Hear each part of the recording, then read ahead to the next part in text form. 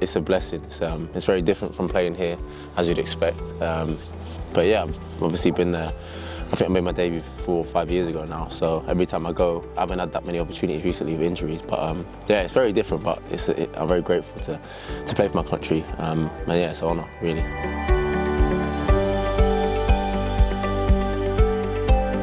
I think I was at Dagenham at the time, and I think it was just my agent. They either reached him or he reached out to them, and yeah, once I knew they were kind of interested, obviously it's hard because you want to, as a young English boy, you want to play for England, really. But at the time, once I heard, there's nothing really I wanted to do more than play for my country. So it was an honour, and yeah, I'm never really looking back. And I think you just got to be realistic sometimes.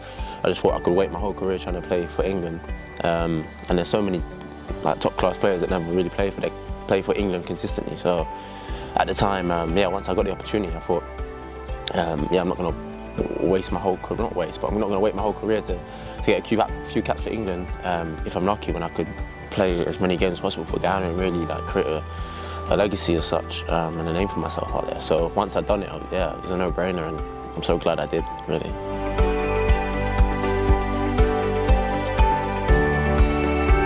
It's an interesting dynamic, but I think the balance is good in the sense that obviously we learned a lot here being in England, and the football obviously is a lot better. And when we go back there, a lot of them boys are really talented, but obviously they don't get the exposure to the coaches here, the football here, the pitches, the gym, everything here. So it's a good balance, and I think when we go there, especially the boys that obviously play in England, we can kind of give a lot to them in advice, in so many areas, and I think they're grateful for that. And it's a good mixture in the group because they have things that they're raw talent. Sometimes you don't really get that in England because it's coached out of you. So yeah, it's a good balance, and it works really well, really.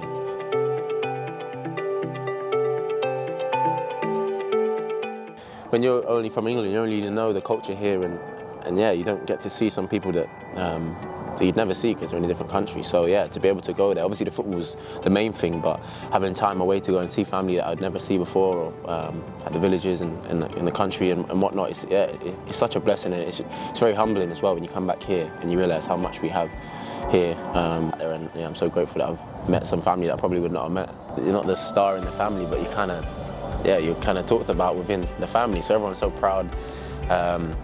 And yeah, they're just pushing you along, really, trying to do the best for it. It's a great feeling knowing that you're playing for your country and representing your family members you may not have met if you didn't make the choice to play for them. So yeah, it's an honour. It's an honour, really.